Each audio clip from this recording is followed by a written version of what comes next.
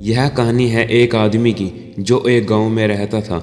उस गांव के सारे लोग उस आदमी को पागल कहते थे।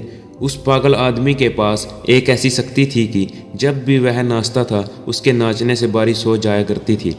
और ये बात उस गांव के सारे लोगों को पता थी। जब कभी भी गांव वालों को बारिश की ज़रूरत होती वो उस पागल के पास जाते और उसे नाचने के लिए कहते थे और उसके नाचने से बारिश हो जाती थी। तो एक दिन उस गांव में शहर से 4 लड़के आते हैं और जब वे चारों लड़के ये बात सुनते हैं कि एक आदमी के नाचने से बारिश हो जाती है वो हंसने लग जाते हैं। और जब ये बात सुनते हैं कि ये सब एक पागल करता है तब तो वो और भी ज़्यादा हंसने लग जाते हैं।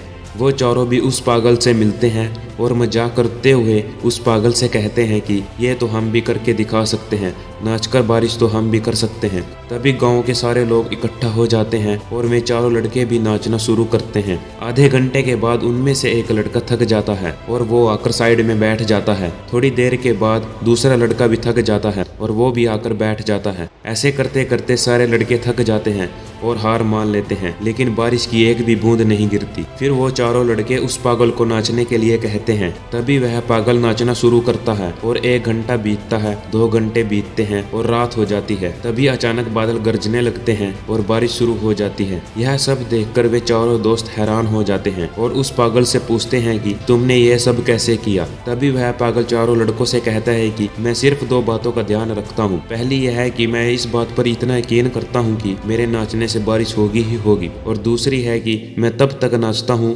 जब तक बारिश नहीं हो जाती। उस पागल ने उन लड़कों को वो बात सिखा दी जो आज तक उन्हें कोई नहीं सिखा पाया था। इससे हमें यह सीख मिलती है कि अपने काम में जब तक लगे रहो जब तक आप उस काम में कामयाब नहीं हो जाते। को हार नहीं माननी है। आप अपने आप पर इतना यकीन रखो कि आप उस काम को एक न एक दिन जरूर करके दिखाओगे। आप उस काम को जब तक करते रहो जब तक आपको उस काम में कामयाबी हासिल ना हो, क्योंकि कोशिश करने वालों की कभी हार नहीं होती।